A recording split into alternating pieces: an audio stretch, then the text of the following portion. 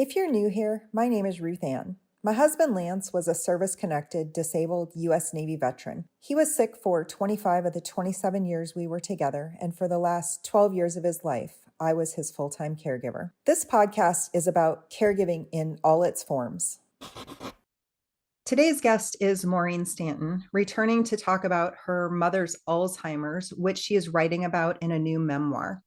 In a previous episode, Maureen shared her story of caring for her partner, Steve, which she detailed in her memoir, The Murmur of Everything Moving.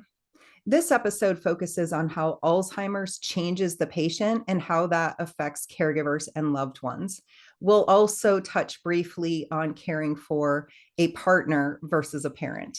Maureen, welcome back. Thank you. I'm delighted to be here again. Can you briefly share your current caregiving role to your mom and how that connects to what you are writing?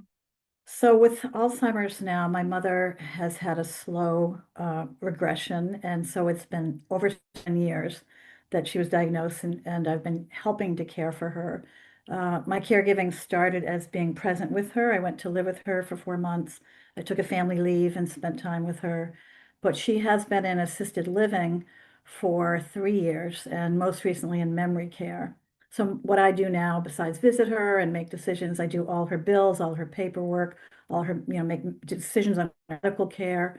In fact, just this past week, I spent 2 days writing an appeal to get her more short-term rehab care.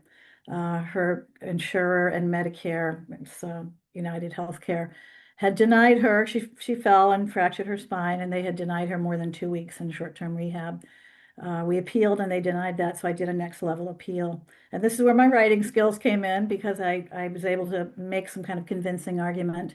And we found out yesterday approved her to be in short-term rehab longer. Her memory care did not want her back. They couldn't care for her. And short-term rehab was kicking her out, basically. So it's been a huge relief that we were able to do that. So this is the kind of thing I spent a lot of time doing, is dealing with lawyers as we approach applying for Medicare, paying her bills as her power of attorney, making certain decisions. But luckily I have a team of 4 sisters, and we all do a part of it, some part of it. I'm really glad that we're doing this episode, because I think that that is one of the things that people don't realize is how much more challenging it is to care for someone, not just because they're disabled, but you add that element of dementia or Alzheimer's, and it completely changes the whole situation. So I really appreciate you being here to share your story. Yeah, I'm happy to share it. I think that we need more awareness. I mean, people are aware of the disease, but I'm not sure if they're aware of the day-to-day challenges and some of the intricacies of the disease. And I think raising awareness hopefully can help people, but also help us get better policies and better care, better systems for care, because there's going to be a surge in dementia cases as the baby boomers age. Well, hopefully we can make a difference by doing this. I hope so. Can you share with me how Alzheimer's has changed your mom, maybe in her personality or her behaviors? It's very interesting. I mean, if I can have some distance from the actual emotional reaction to the disease, it's an interesting thing to witness, because there's parts of her that are preserved. She's feisty, she's determined, she's self-sufficient, she's strong-willed and strong-headed. But the evolution of what she's lost, the part of her that she's lost, is it's heartbreaking. It started out first with what they call rapid forgetting. And so she's really unable to retain anything, maybe 10% of what you tell her, more than just immediate. It doesn't go into long-term memory. One of the ways this manifested when she was living at home was she kept feeding her dog. And I would say, Mom, you fed Lex already. And no, I didn't. And yes, you fed her, remember, you fed her the chicken, whatever. And the dog gained 4 pounds. I mean, it's a little tiny, fluffy white dog, and it gained 4 pounds, which is a third of its weight.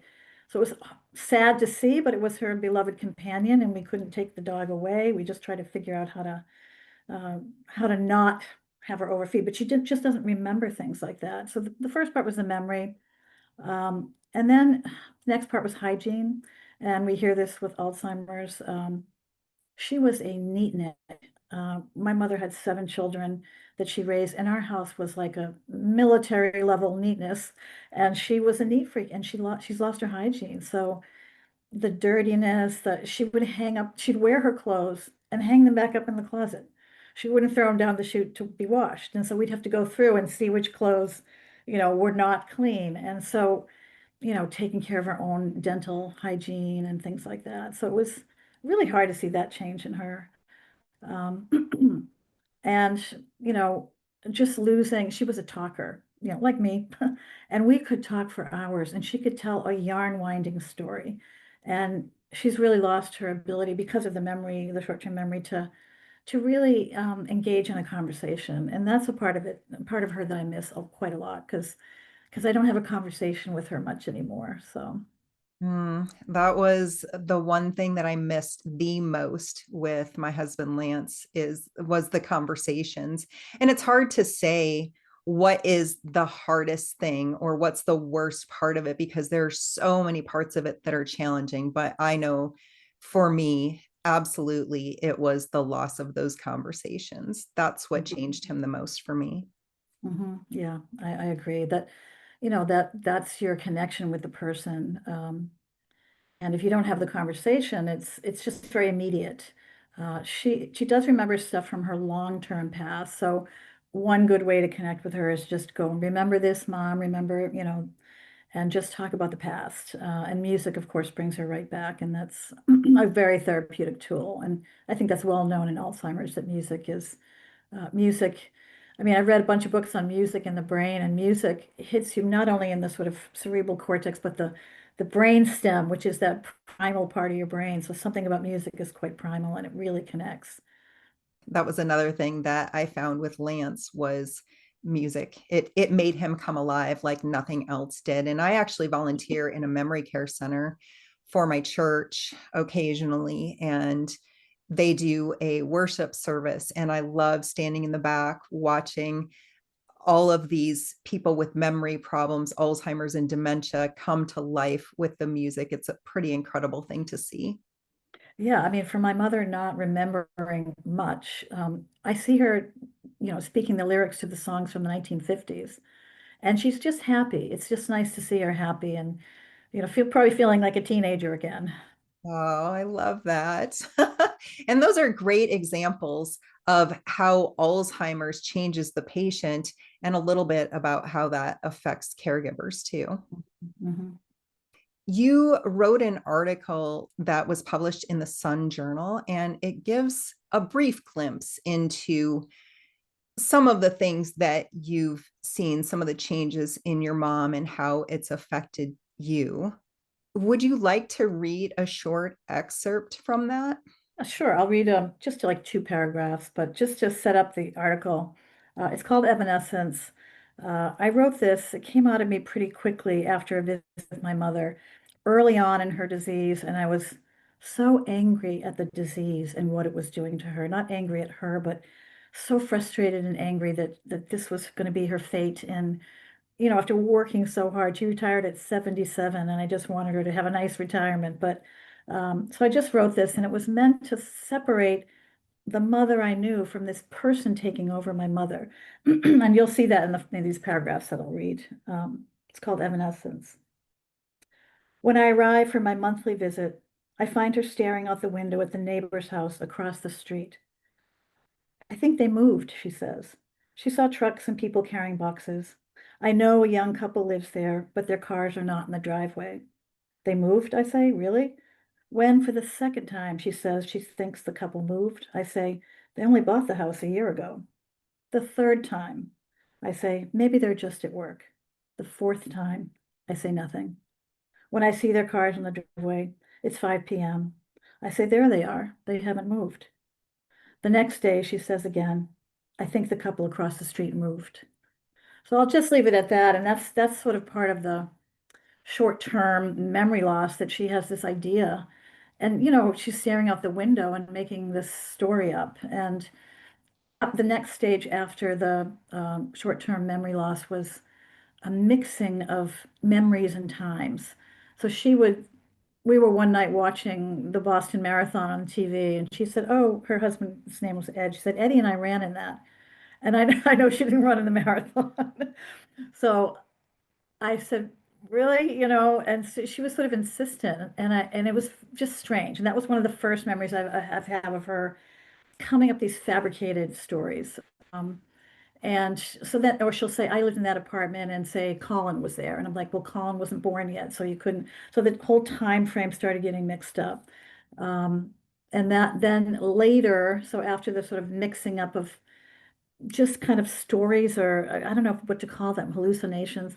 Um, she started lately just paranoid. So she thinks that people are stealing things from her. She's the one stealing because she's hoarding and stealing. So some of the things, I mean, some of it's, you have to laugh. We'll find things in her closet, assisted living, a hose head. Where'd she get that? Outside somewhere. A shingle, someone else's letter from their child. I mean, it's just like crazy stuff. So it's paranoid, it's hoarding. And she fell twice. Last year she broke her wrist. This year she fractured her spine. And the first time she fell, she said a mean girl was in the parking lot and she was bullying some other kids. And my mother went to stop it, and the mean girl pushed her down.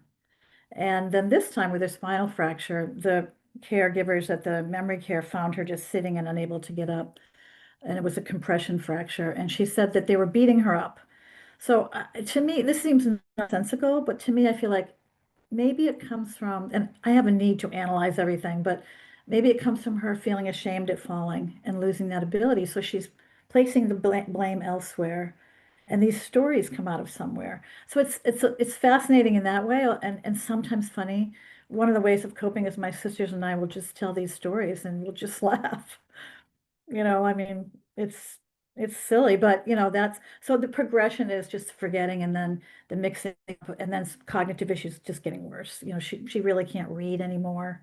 So You did make a really good point that I want to comment on, that you're separating your mom from the disease. And I think that that is a really great way to look at that, so that you're not getting angry at the person because they can't help what's happening to their mind or their body.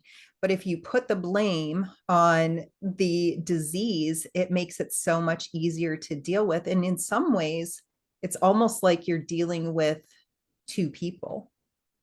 yeah, I mean, it really, especially at the beginning when she had a lot of normality. She was still very normal. We could go out to eat, we could walk her dog, we could take a walk on the beach, and then something would come out of the blue.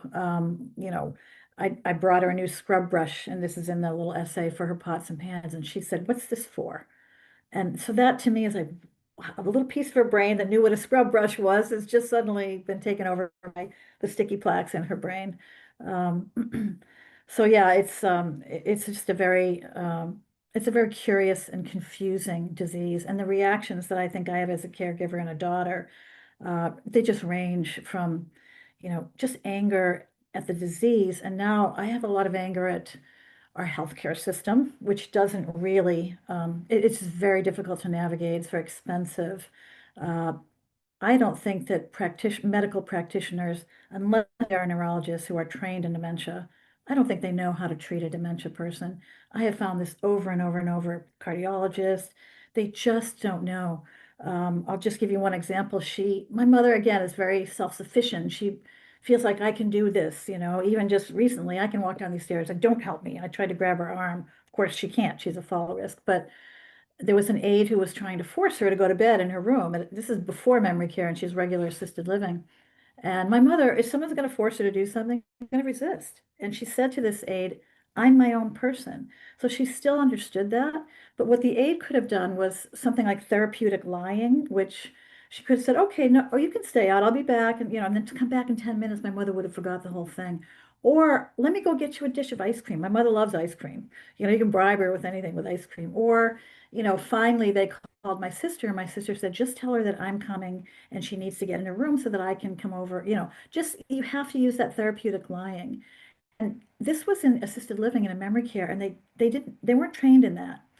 And so my mother's treated by the Boston Center for Memory, and they said you should try and have somebody come in and see if the staff can be trained in this particular memory care and dementia care. But we found it recently with her fall. The doctors were like, oh, well, she has dementia, so we can't do this surgery because anesthesia is bad for dementia patients. So we're just going to send her back, and she says she's fine. She's an unreliable narrator. When she says she's fine, it's because all her life as a nurse, she's like, I'm fine. I don't need, I don't need help. And then she'll say to us, oh, I'm in pain, like she'll put on a good front for the doctors. And so when they believe that, and that we have to correct them, it just creates, it creates a problem. And, this appeal I wrote recently is because the medical system recognized her physical problems that she had with her fall, but not the cognitive problems. So they were saying, well, she can go home after 2 weeks like a normal person.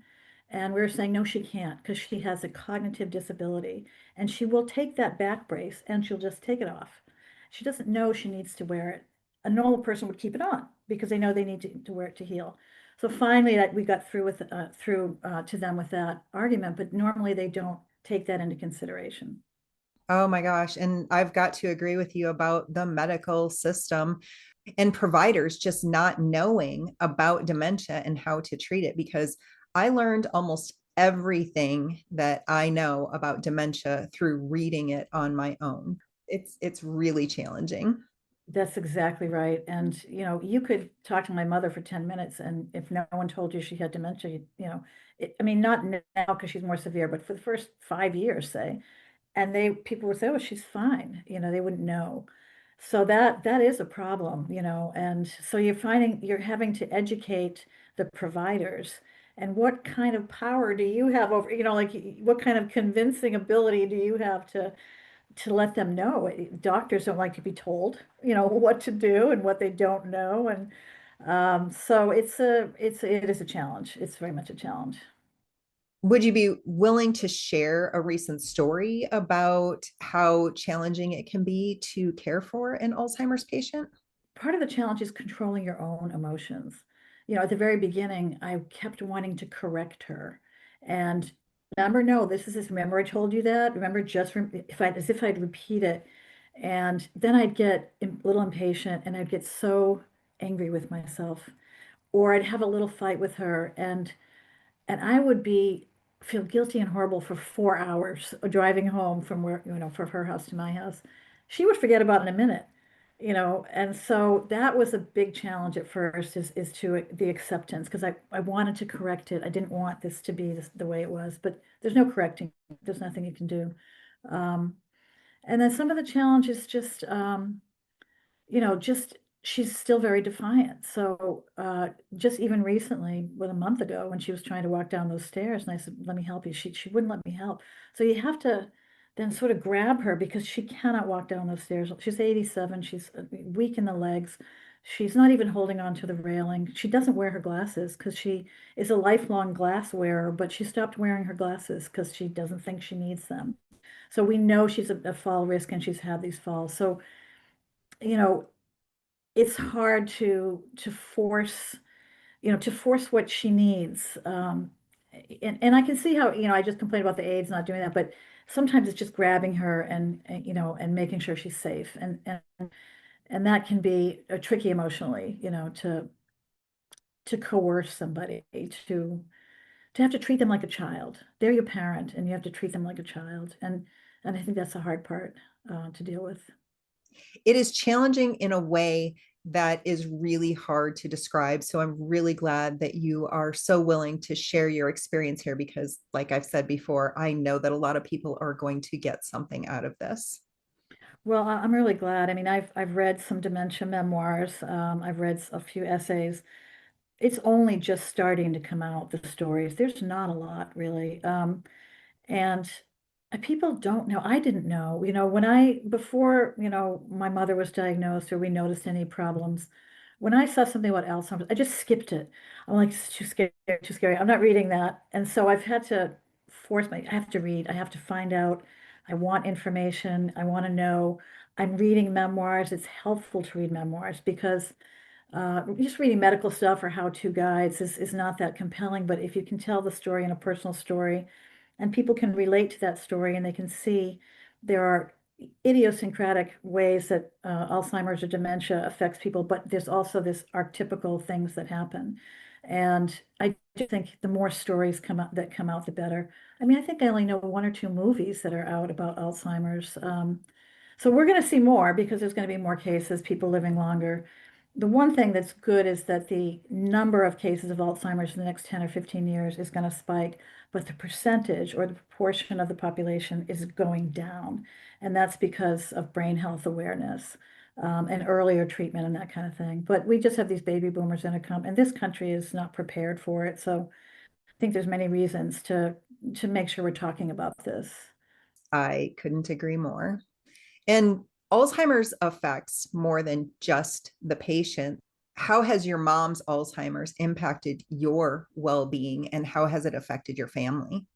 So for my own well-being, when she was living at home, I just had this constant current of anxiety because she did live alone, and we tried to convince her to go into assisted living, and she just wanted to stay home. She didn't want to go in.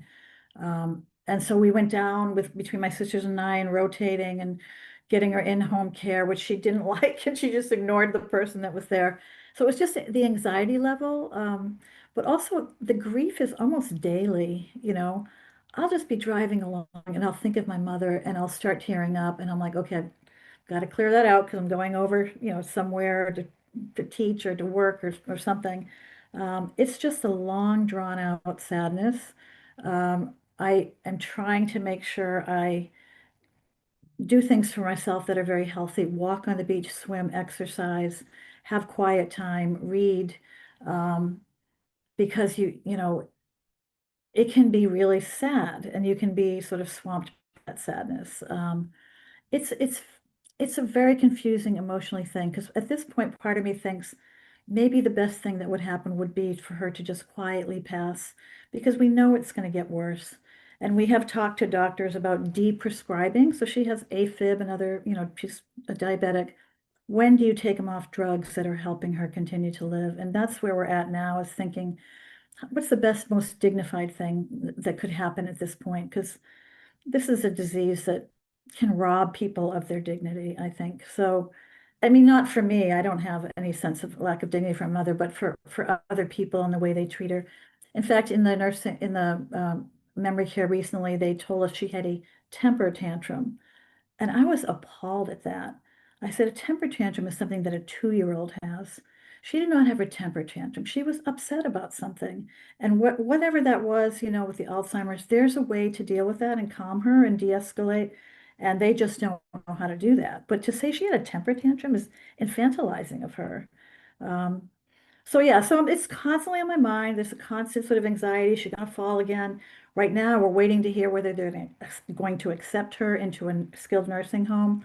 We're working with a lawyer to see if she's going to be eligible for Medicaid to pay for that.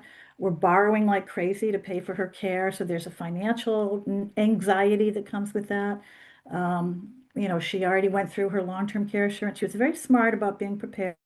She went through her long-term care insurance, 3 years, that took care of that. And now we're borrowing and went through all her savings. And now the house that is supposed to be the legacy to her children, the generational wealth, we're borrowing against that. So that is being eroded.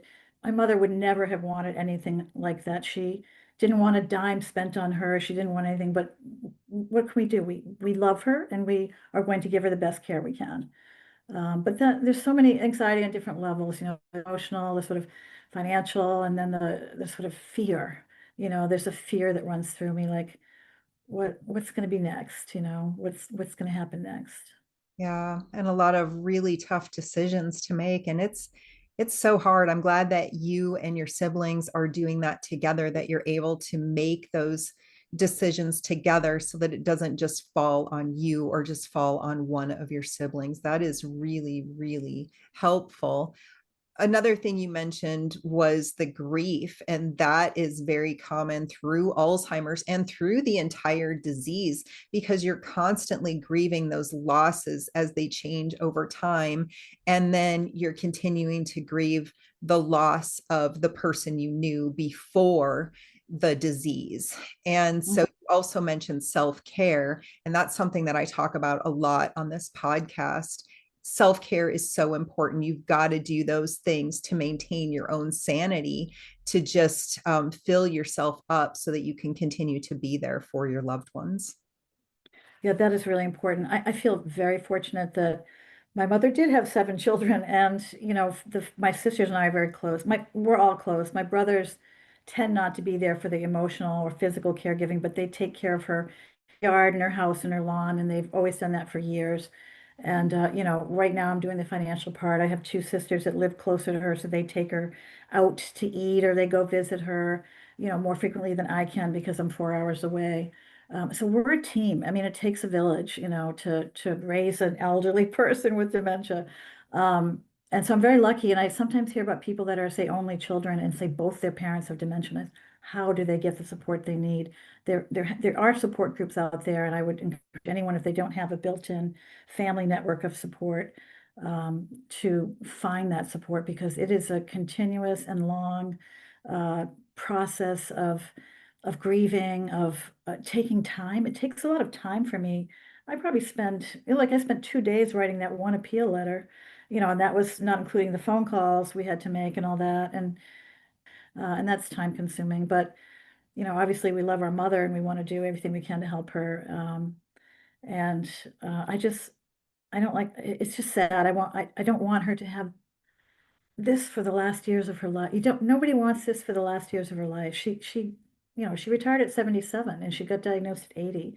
And between that time, since she was widowed, she was very lonely. It's one of the reasons I decided to go down and live with her for 4 months, because I was heartbroken that she was lonely. And she's so gregarious and outgoing all her life. So it's a long grieving, and taking care of yourself is definitely very, very important. But Well, how do you maintain a connection with her when you visit her in the home? Because that is a big part of caregiving too, when you have a loved one who is living in an assisted living facility.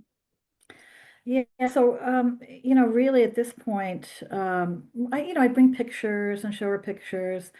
The thing about the rapid forgetting is I can tell her news about the family. Oh, our nephew got into college and this one is doing that, and I can tell her those things every time I see her because she doesn't remember. So it's, and then, I mean, really just remember when we both were in New York together back in, the late 80s, and she had a little bar and restaurant and I was the bartender there. And we have some funny stories. So I go back to that time and she does remember. Sometimes she remembers and it's clear. Sometimes she fakes remembering, you know. She's like, oh yeah, and then she's not quite remembering, but it is a way of connection. And my other sister's very, very good with her with music, because they both love music. So she has tapes that she makes or whatever, puts it on her phone or whatever she does with all those songs from the 50s that my mom loves to hear. And my mother's very much in the moment. She'll look at the clouds and she'll be fascinated by the clouds. The trees have gotten so big. She's always loved nature. Look at the trees, aren't they beautiful? And part of me feels like this is very Zen. She's very in the moment, and then you say, oh, they are beautiful. And you look at the trees, and just being with her in the present moment, enjoying the breeze or the trees, moving, or the beautiful clouds. It's kind of a lot of what you do with her now, is just spend the time in the moment. That's going to be another great point for caregivers, is how to find that connection when you're dealing with Alzheimer's or dementia, especially when you're dealing with the early stages, I think, because you're still trying to get used to what's happening and you're still trying to bring that person back. So those are some really great tips. I appreciate you sharing that. Yeah, I think for my mom, she was always a very body and family person. And so, we try and have gatherings where we can get all the family. And she just likes to be there amidst us. You don't even have to talk to her. She just likes to be there with her family around her. And what we're trying to do now is organize a party, some kind of party, a pool party or something this summer soon, um, just to have everybody. For some reason, she loves to have all her kids in one room, and she always wants to take a picture of us, or she used to. So she wants all of us together. And I think in some ways, she wants that before she leaves this world. So, and it's hard to get everybody, all 7 of us with our schedules, together. Um, but you don't even have to, even though there's no conversation or anything, it's just having her with the family present. And one thing that she does know is that, has never forgotten, she's not forgotten us or our names, and she knows that she loves us, and I can feel that love. The last time I was with her, she just looked at me in the eyes, almost she was recognizing me and thinking about me like, this is my daughter, this is my third daughter, my troublesome daughter, the rebel daughter. Um, and I could see in her eyes there was just this love, which was really nice. And that's the kind of thing I just hold on to, is she may not be able to express it, but I feel that. I feel that. And she writes these little notes, like she can't write too much anymore. It's kind of messy, but she writes the loves of my life, and then she puts all our names down. They're not in order anymore, by age and stuff. And the handwriting is all scrawly and strange. But that's the note that she keeps writing to herself. I've seen lots of notes like that. So that's one thing that you can really hold on to, is that love is still there. And I don't know if other people experience something. I mean, I imagine if she continues with this disease for another year or two or three, even, that it even, she'll be less communicative, less ability to communicate. And maybe, I don't know if we'll feel that, but right now that's what we can still feel. And it's really tender. Oh, that's so sweet. And I think one thing that's also really important to maybe point out or to remember is that when you're dealing with someone who has Alzheimer's or dementia, you're living in their world. They can no longer come into the world as we know it. So putting yourself in their world is really, really helpful for them and for you. It makes less of a tug of war. It causes it less anxiety when you're able to just, like you said before, accept the way that things are. Yeah, I mean, the progression, the sort of arc of her cognition was, and then my reaction to it was trying to correct her and change things, and then just thinking, oh, what she said was so strange.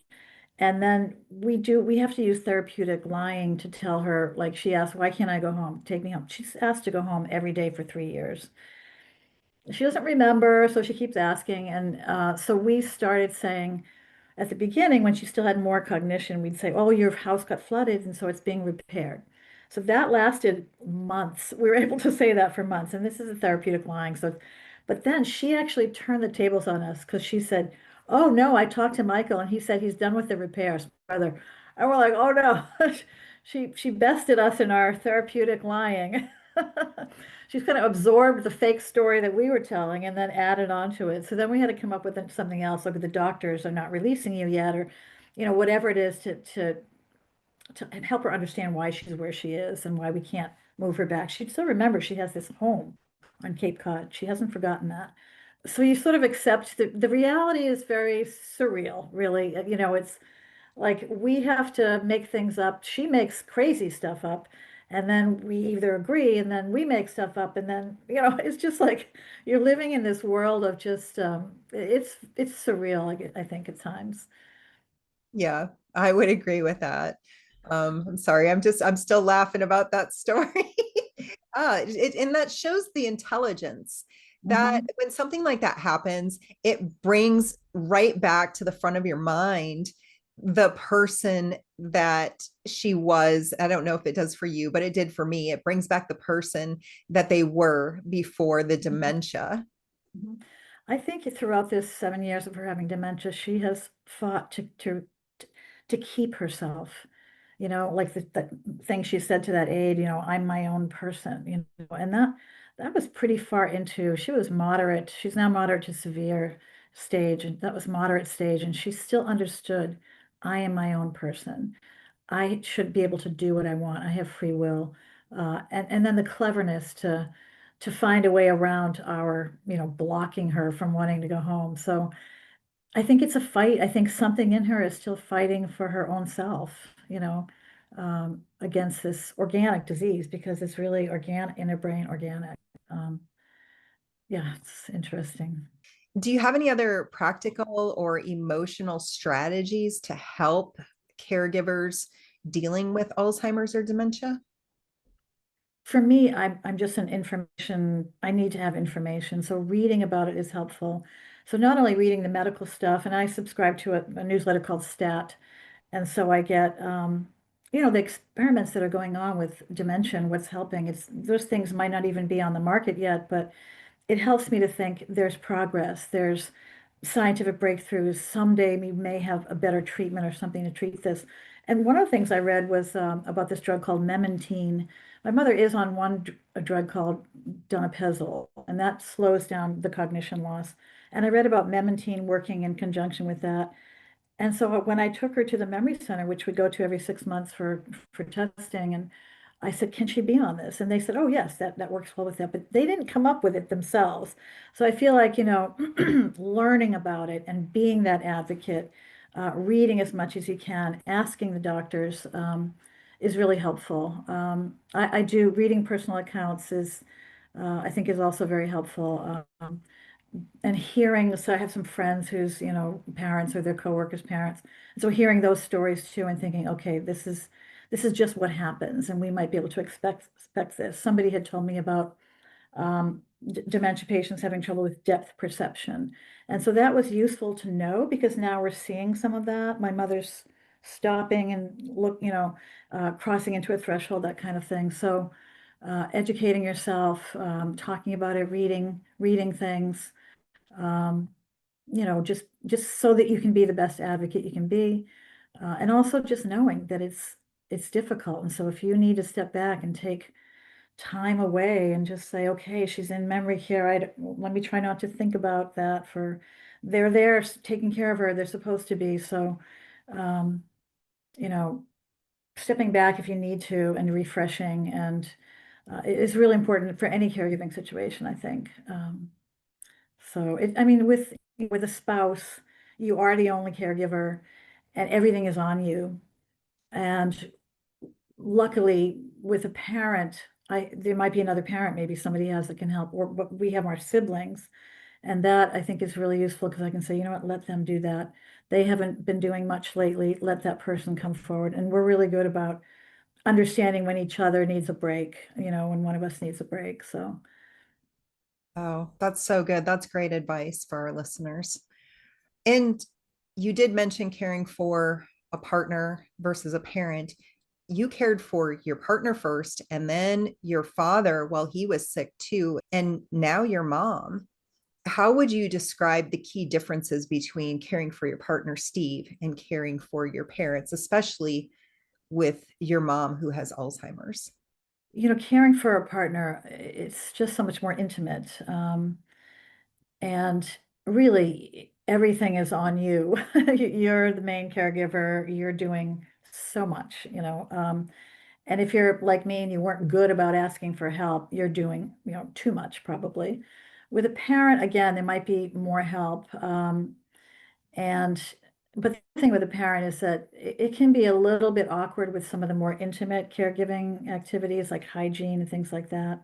So with my mom, she was a nurse and she was always very open about bodily things. So we can do that for her if we have to change her or something.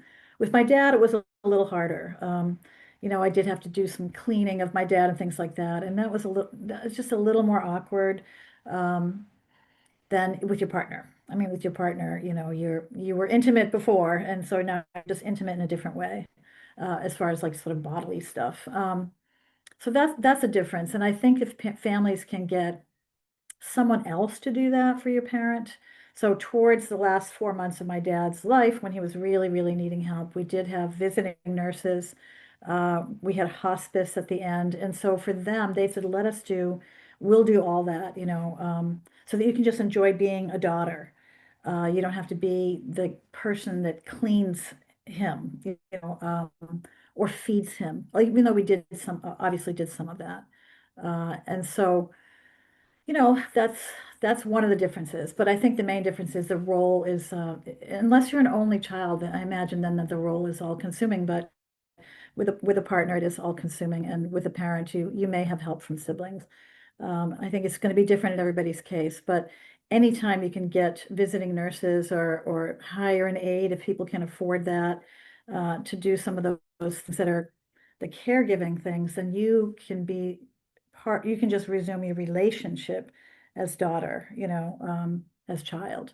And that doesn't change that dynamic if someone else is doing I mean, it's an elderly person and they need help getting dressed, changing, maybe they're incontinent, that kind of thing. I don't have qualms or I'm not squeamish about that, probably because of, what I went through with Steve, but I know I think some of my siblings might be a little more squeamish, so that's a challenge, I think. But yeah, if you can get help to do that, that's the best way to handle that, I think. Asking for help can be really challenging. I know that. So I think that that's something that if you're, especially as you get older, maybe start getting used to asking for help so that when you really need it, you are practiced at it. Yeah, yeah. I mean, my mother, she taught us self-sufficiency, so she's bad about, getting help or letting us help her. And then she taught us never to ask for help. Like really, honestly, when I was 6 years old and I went crying to her after some boy pushed me down, she said, "You've got to learn to fight your own battles." She wouldn't go out there and yell at the kid for me or whatever. It's up to me now at 6 years old to go out and figure out how to fight my own battles. So that's good advice, but not the greatest advice because really we need each other. We need other people. I would agree with that. Was there a difference emotionally between caring for a partner versus caring for a parent? I don't know whether it's the role or the age. So emotionally caring for Steve, and you know this, when they're so young, it's so very sad and so heartbreaking. With a parent, they're older. My mother's 80, and she's 87, and she's had this from 80 to 87.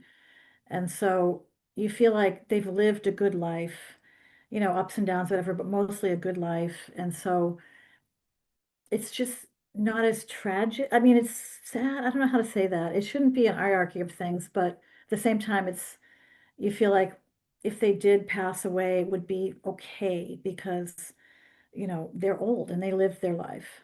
But for somebody who you're caring for who's young, it's just sad. They didn't get a chance to do all the things they wanted to do, see their children grow up, see their children get married and be a grandparent. So,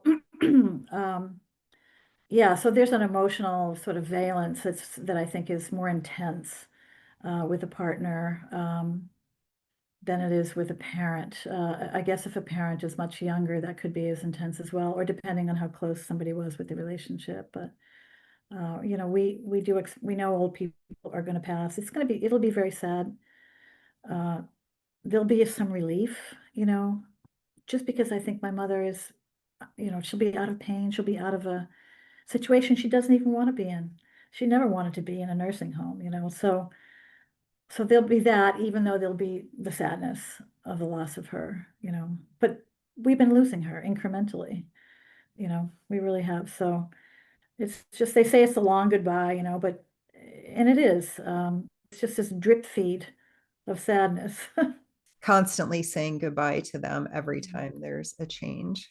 Yeah, exactly. Another step down. Yeah. How has writing helped you process your caregiving and grief over time? So writing for me, I've always been a journaler and kept a journal. I think that what writing does, and part of me feels like I'm writing, taking notes and writing things down because she can't remember, and I am her memory. And I'm not only going to record what's happening or take notes what's happening. I'm going to remember her and her life and her crazy, weird quirks and things that she liked to do. Um, One of the things I'm working on is just a little essay about my mother in midlife decided to become a graphoanalyst. So she took an 18-month course and became a graphoanalyst, reading a handwriter, discerning handwriting, which hardly anyone handwrites anymore, but it's just something she had a passion for. And handwriting, of course, is something that they track when they test. Um, and so I'm trying to put together her interests and keeping her personality and her life and her interest in this crazy midlife interest in graphoanalysis, and then how that tracks with cognition loss. So in some ways, it's preserving who she was, and it's also looking at what this disease does to the brain.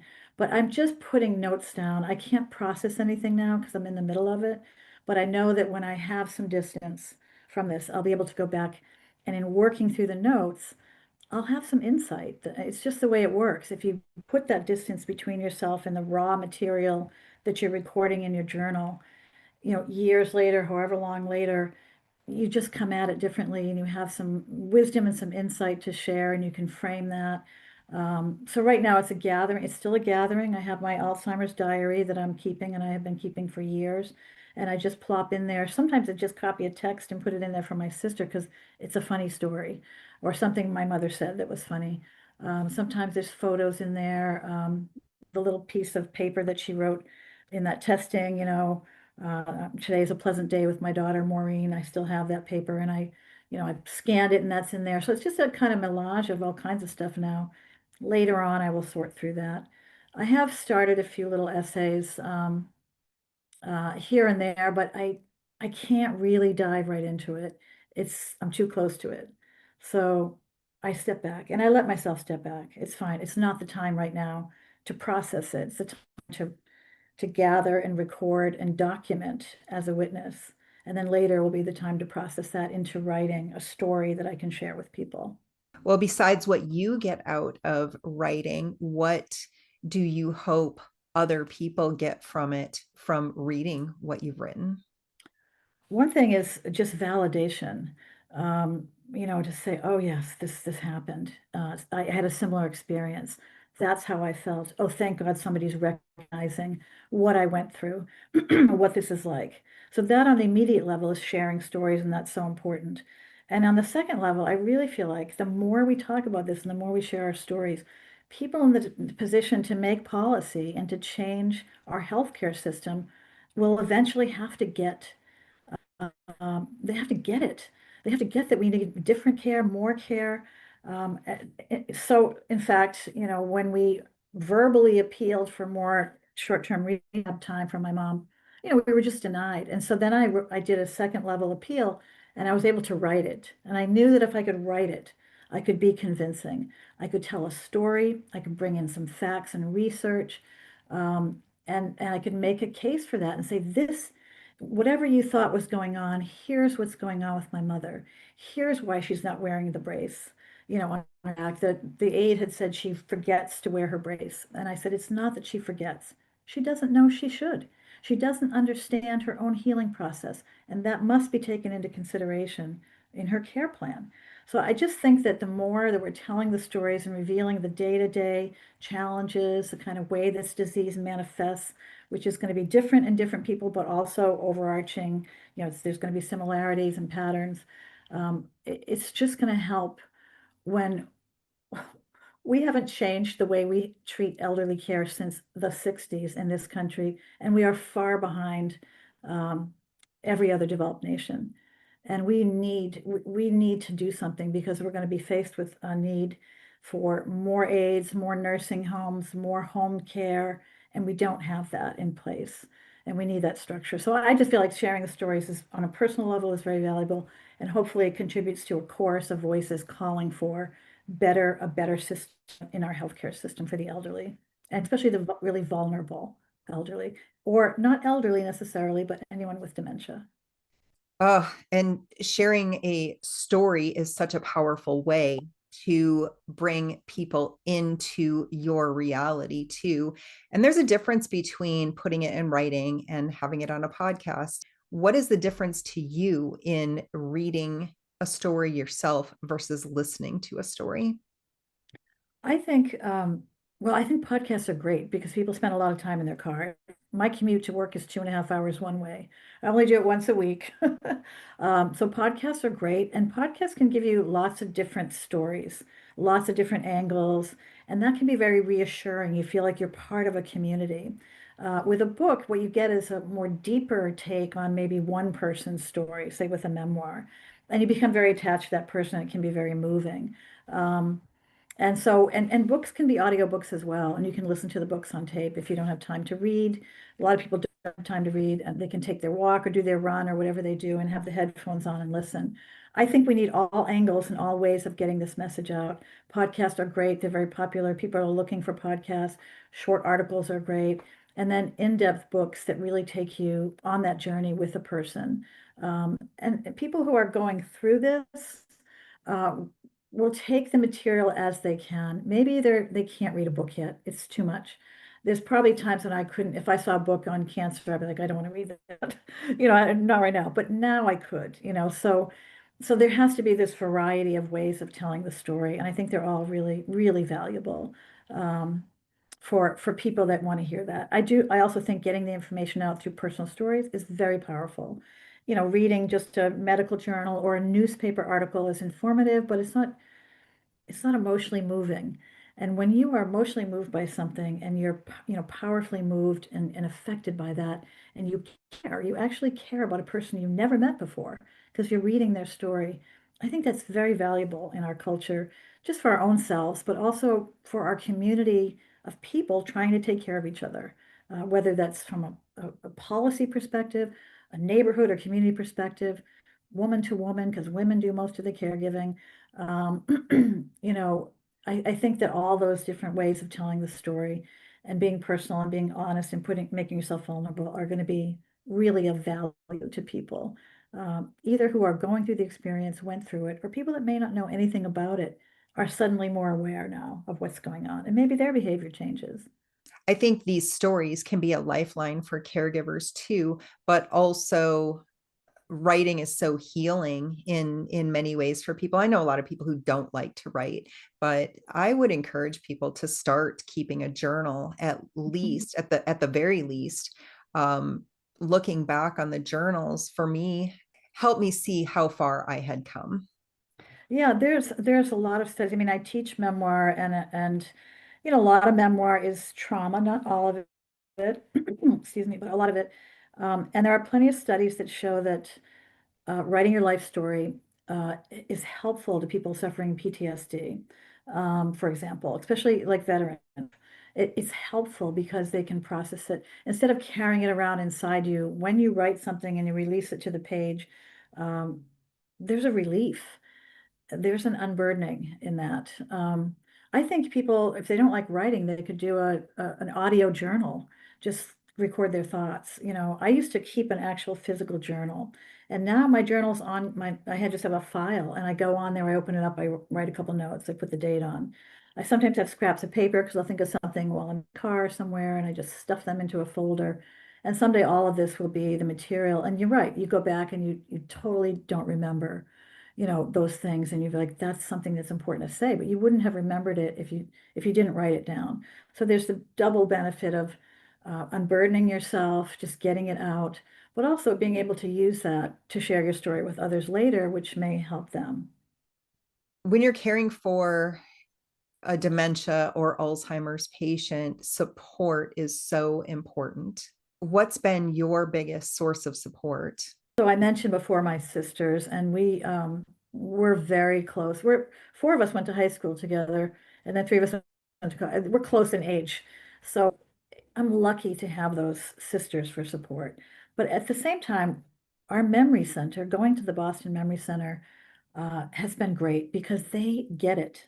That's what they do. And they're the only ones that really know. And they've been super responsive. If we need to get gabapentin because my mother's having an aggressive episode, or they'll call it in right away that day. They've been very, very responsive. And that's been helpful to know that that structure is there. Because again, the regular doctors, they know. When we first noticed her memory problems, her primary care, we had her tested, and her primary care doctor said, oh, it's nothing, it's just mild cognitive impairment. And I read that report, the testing was 10 pages, and I looked and it was moderate, severe, severe this, moderate, And I said, this is not mild. And so then we found this Boston Memory Center, and that's when she was diagnosed. They did the brain scans.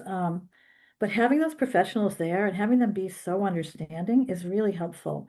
And then this is kind of, I don't know if this is, but the lawyer they referred us to a lawyer to help with the Medicaid, application that we will have to do. And this is all she does. And she has been so understanding and kind and generous. Um, she was on vacation, and I sent her an email. I got the auto reply, and then she responded on a Saturday she got back. I mean, she's just very responsive and very understanding, very patient. And I feel like, okay, on a professional level, we have found people to help us with the structure of dealing with dementia. My sisters and I, when we get together, I mean, sometimes we just laugh, and laughing about it is helpful. So my mother, one of the things she does is she was, stealing things, and so they told us to sew her pockets shut so that she couldn't steal things. Well, no, my mother's very determined. She put stuff down her pants, down her bra, everything. We would pull stuff out, and then she forgot she did it. So when we were pulling stuff out, like a magician, literally, she had all this stuff stuffed in her pants. She would laugh, and we were laughing. She went to, I'll tell you just one funny story, but at an Easter egg hunt where my little grandniece and nephew were getting the little eggs in the yard. Well, somehow my mother was also grabbing them and she was putting them down her pants because she steals things and that's what she does because she has no pockets anymore. And they were slowly going down her leg. And so there's a someone captured a picture of her, and there's all these weird bumps in her leg from her pants, and we call it egg leg because she put like five of those eggs, and they were like little bumps hanging out. It was just a funny picture and a sad picture, but we have to laugh about stuff like that because it's so sad that she's doing these weird things. But yeah, my sisters, I just feel very lucky with that. But we found good professional care as well, and that takes a relief at a certain level. That's a relief to have. I know I can call them. This is what's happening. What should we do?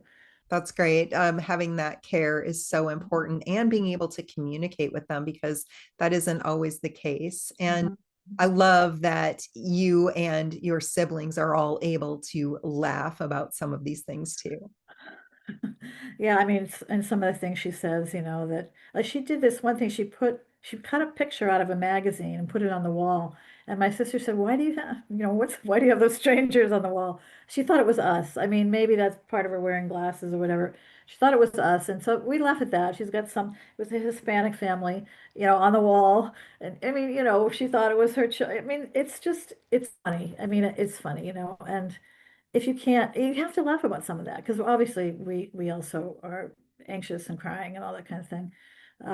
But some moments are funny. So One of the ways that I have found healing is through kindness from just from people I know, but also from the kindness of strangers. Have you experienced unexpected kindness in your caregiving journey? you need to have people looking out for you, and so I have two very close friends, and one of them, I can call her and I can talk and say the same thing, complain about the same thing. Maybe it's the Medicare, maybe it's the treatment, whatever. And she just listens. And I have another friend who's not good about that, but she'll come and do something kind for me. So she's more an action oriented, figure. She's an action friend. And then I have the more empathic friend, and I lean on them a lot. And, whenever my one friend has some resources, and whenever I say, oh, we're struggling, I don't know how we're going to do this, they're making us pay $650 a day for the rehab because we lost the first appeal. And she's like, I can send you a check. And I'm like, no, I'm going to take it. She always offers. And I just feel like it's kind of her to do that. I'll not take it because I don't think that's appropriate. But at the same time, just saying, it's her saying, I want to help in whatever way I can. And my other friend just will come down and just repair something that you know what I mean? I can't do. And she can do that. And no questions asked, they know what I'm going through. And so having that friendship support, being able to talk about it. Some people just don't want to talk. Like I hold back. I don't try to talk to everybody. I know who I can talk to about this and who doesn't want to hear it or is awkward or doesn't know what to say and so having that one person that, you know, can listen, will just listen, and again, I'm saying the same thing. Like, it's not because I have a memory loss, but it's because I'm processing it. And I might have the same complaint every day for a week, and my friend will listen to me. And that is real. I feel really fortunate to have these two very close friends that are my little support network here. And then, the kindness of those people keep me afloat oftentimes. So yeah, I think we all have to be kind, random act of kindness or kind to each other. And when I do my walk and I swim every day now in the summer, I'm doing mantras in my head, and I'm telling myself, to speak and act with love, um, to be kind and generous and open-hearted, and to pay forward and give back. And that's my mantra, um, along with choose joy, because I can get really, I'm not an optimistic person. I'm not a pessimist. I'm kind of a realist, but I have to remember, choose joy. No matter what's going on, choose joy. And so swimming and walking on the beach is therapeutic for me. And those mantras help. Helps you find that joy and gratitude too. Gratitude as well, yes. And faith, all those things, love. Oh my gosh, so important. Well, we've talked about a lot of the tough challenges with dementia and Alzheimer's. Do you have a sweet story that you want to share about your mom after her Alzheimer's diagnosis? So this was early on when she was having an evaluation whether her long-term care insurance was going to pay for assisted living. And for that to count, she had to fail 3 activities of daily living, doing her own laundry, feeding herself, cleaning herself. So it was towards the pandemic, so there was a 2-hour Zoom thing where she was being evaluated. And she was very ornery and she was lying. She was saying, "Oh, I do my laundry, I do shopping." So I was having to correct that because we needed to have this, them to have a correct evaluation of her abilities. This nurse on the Zoom call, and so my mother was getting angry at me, and towards the end of that, they asked her to write a sentence, any sentence, it could be any sentence, and she wrote, "Today is a pleasant day with my daughter Maureen." I still have that piece of paper, and I thought, we've just had a really hard time. She's angry at me for correcting her and not giving her the answers. Like she wanted me to give her the answers to remember these 3 words or something. And this was her spirit was there. Like my mother's always an optimist and a loving person, and she loves people. She loved being a nurse and helping people. She loved being a mom to 7 kids. And so that was just, even though we've had this like difficult time, she just that one sentence, "Today is a pleasant day with my daughter Maureen." And I scanned it, I have the paper. I look at it sometimes and I think it was just, it was so nice. It just made me feel so good that that part of her personality was still there. Um, so yeah, pleasant day. I love that you have the piece of paper in her handwriting too. That's beautiful. Mhm. Well, is there anything else that you would like to share with our listeners that might be helpful for someone caring for a person who has dementia or Alzheimer's? We've covered a lot, but I would just say, definitely ask for help and don't take no for an answer. When somebody says we're not, it's can be a lot of work. Like, no, we're sending her home after 2 weeks with a spinal fracture. It's like she's not ready to go back. So we'll appeal, and if they turn us down, we'll appeal again. And then I was ready to go to the next, whatever the next levels were, because to get her the care she needed. And so you have to be a little bit assertive, a little bit tough, maybe even, you know, you have to just stand up for that person. They cannot advocate for themselves at all.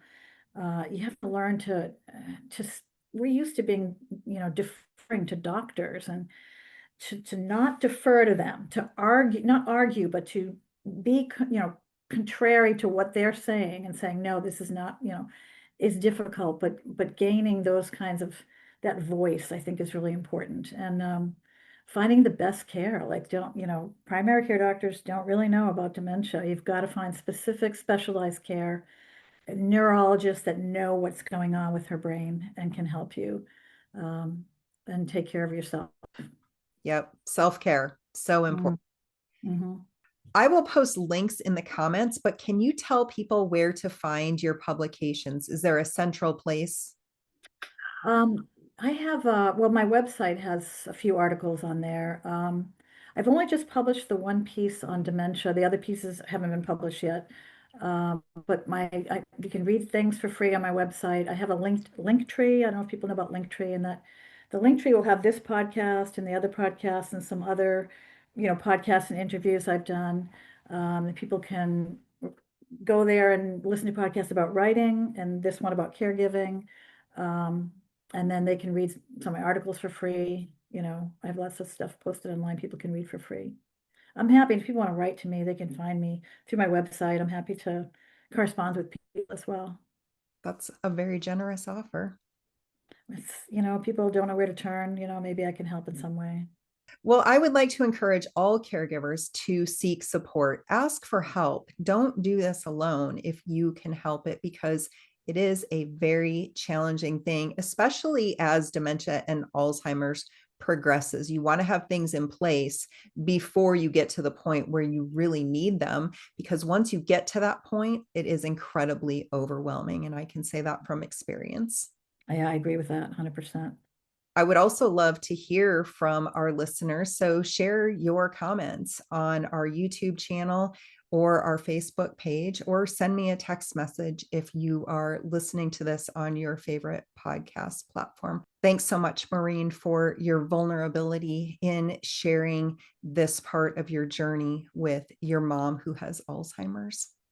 Thank you so much, Ruth Ann. I just really appreciate the opportunity to be very candid about that experience. So hopefully it will help people. Oh, I know it will.